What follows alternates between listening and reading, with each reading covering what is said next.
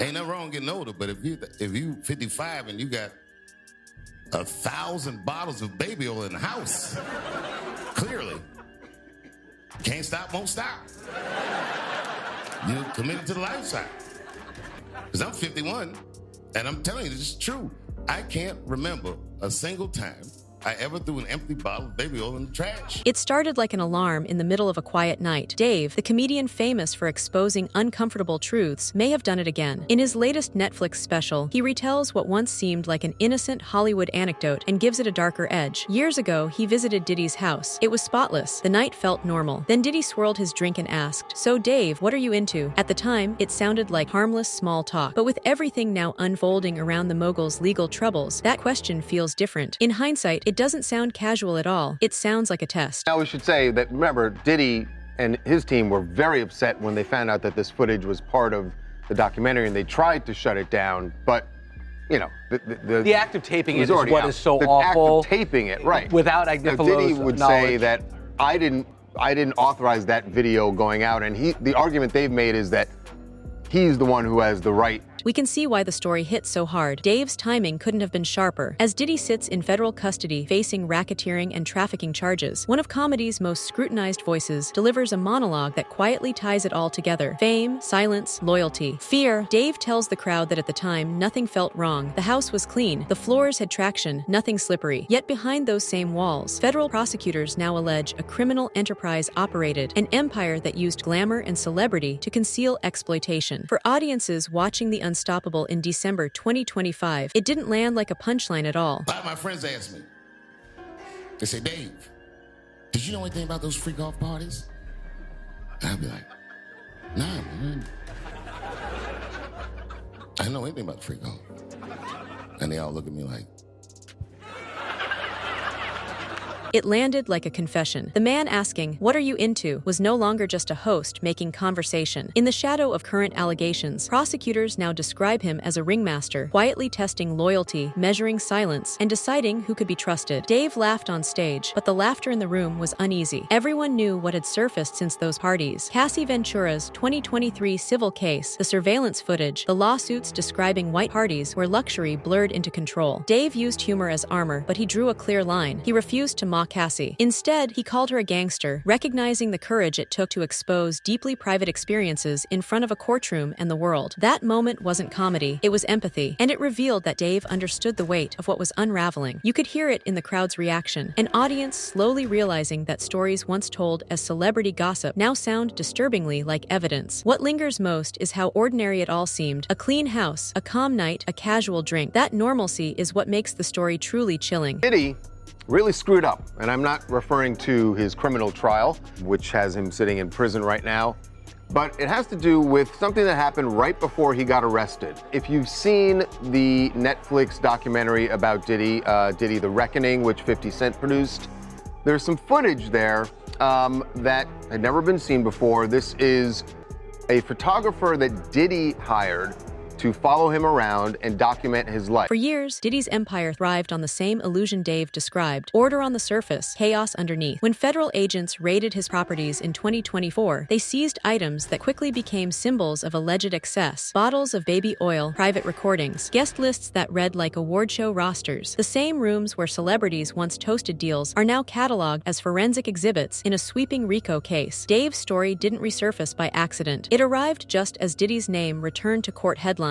His trial, which began in May 2025, introduced details that eerily echoed rumors long dismissed as conspiracy. Prosecutors described a network in which assistants, drivers, and executives allegedly enabled coercion and silence. Witnesses claimed hotel security was bribed to destroy footage of violent incidents. Others testified they were paid to recruit participants for so-called freak-offs, multi-day gatherings where legality and morality blurred. The jury heard allegations involving arson, intimidation, and cash payments meant to keep people quiet. For viewers of Dave's special, that context turned every laugh into a grim echo. The most complicated moment came when Dave admitted something many had forgot. In May 2022, at the Hollywood Bowl, a man rushed the stage armed with a knife shaped like a gun. As security faltered, Diddy tackled the attacker. Dave didn't defend him. He didn't excuse anything. He simply stated the truth. "He saved my life." Gratitude, honesty, and horror existing all at once. An impossible contradiction that made the story even harder to shake. I think Sam Bankman-Fried were in the unit that was was one floor above mine.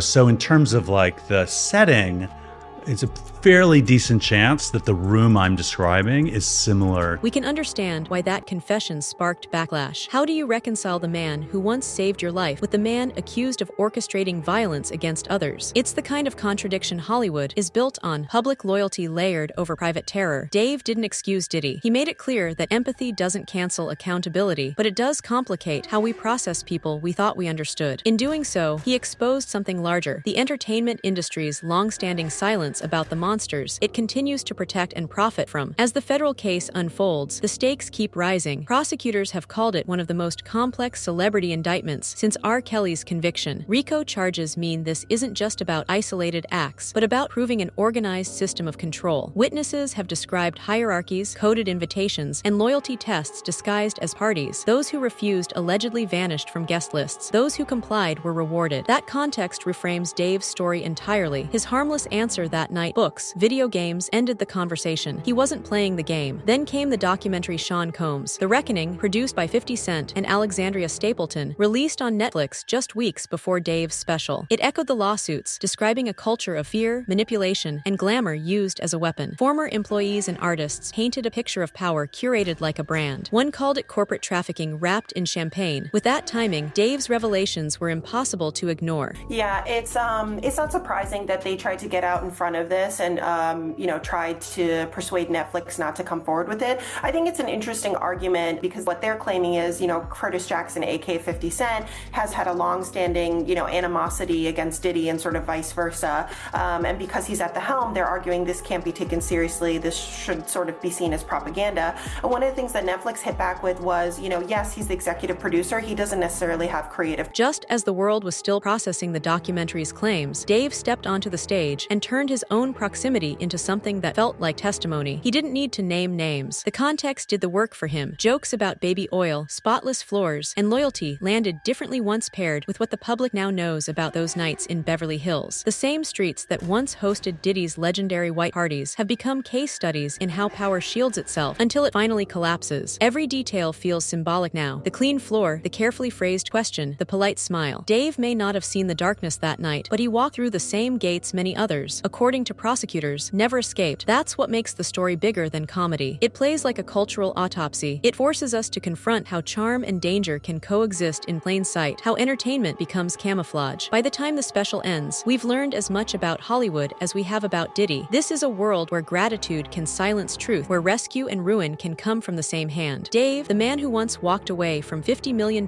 rather than compromise his integrity, has now returned to the spotlight with something that feels like both confession and warning. But the story doesn't end on stage. Its echoes stretch into contracts, careers, and unspoken alliances. Beneath the applause, a question grows louder. What exactly did Dave see, and how much more does he know? Then another thought creeps in. What if what he told us wasn't the whole story? What if something was left unsaid, hidden behind that uneasy mix of respect and discomfort whenever he mentions Diddy's name? Gratitude can become a prison, especially when the person you owe it to is later accused of being the most dangerous man in the room. Hollywood has seen that hesitation before. The pause that comes when telling the truth means admitting how close you stood to the fire. And for months now, insiders have whispered that Dave's connection to Diddy may run deeper than just one quiet night on a patio. Saying it wasn't only Big, it wasn't only Tupac, you understand? For the atmosphere that he put those kids in, you got a guy named Anthony Wolf Jones, who was from Bad Boy, from its conception as doing security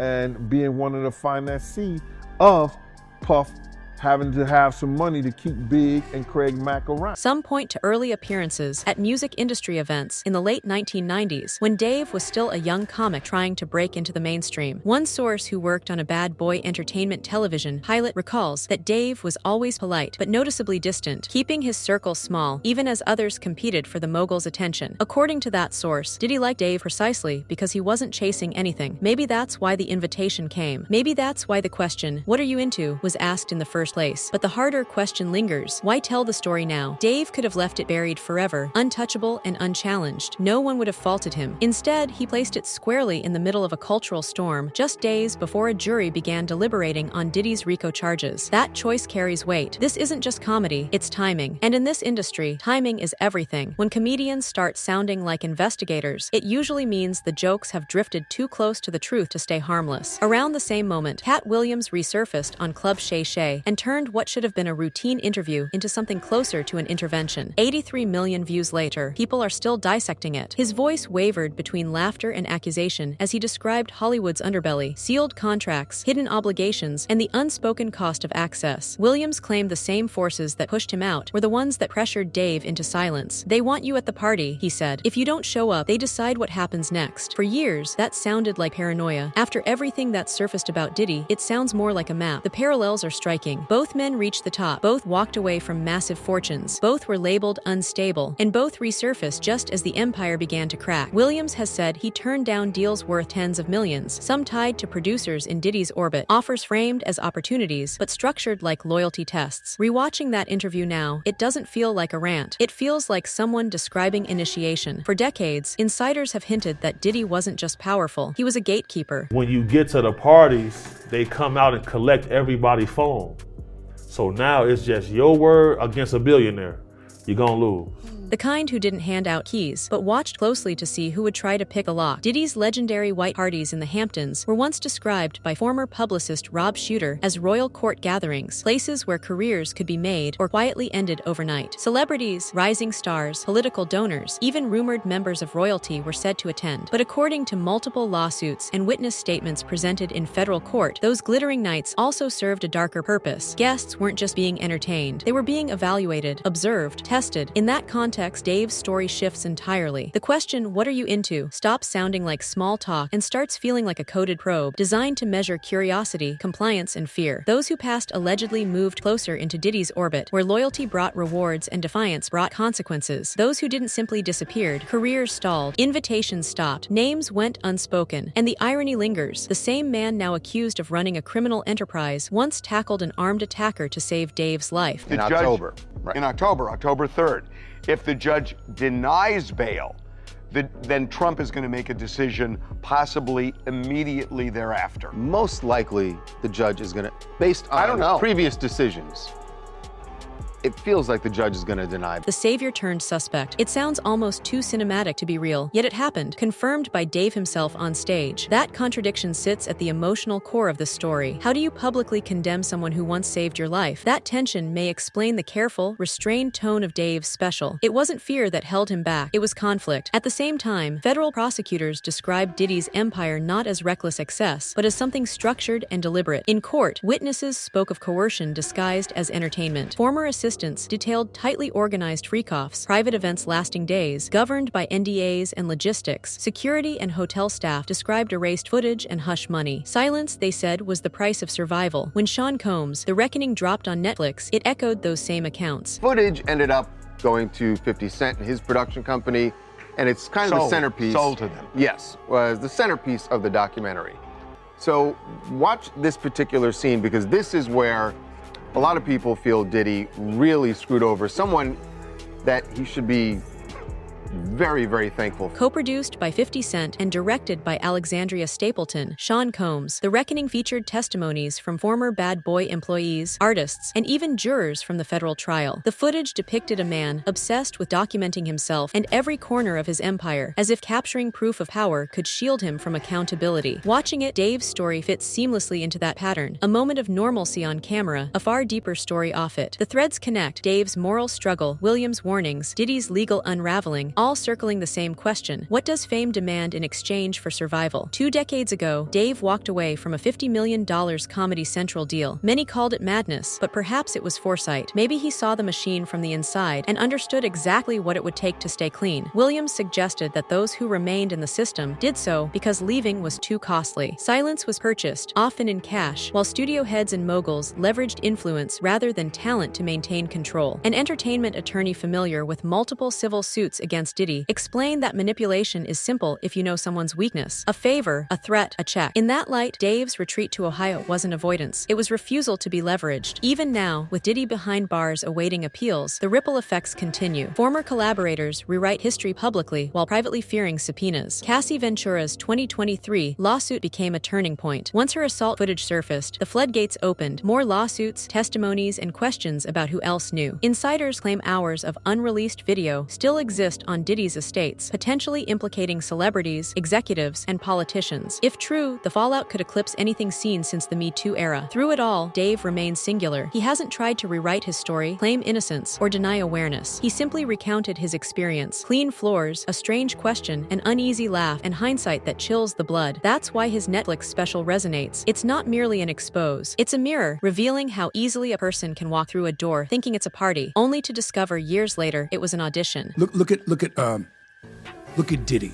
for instance. Mm-hmm. Let's take a look at him. Mm-hmm. Let's take a look at. He has videos.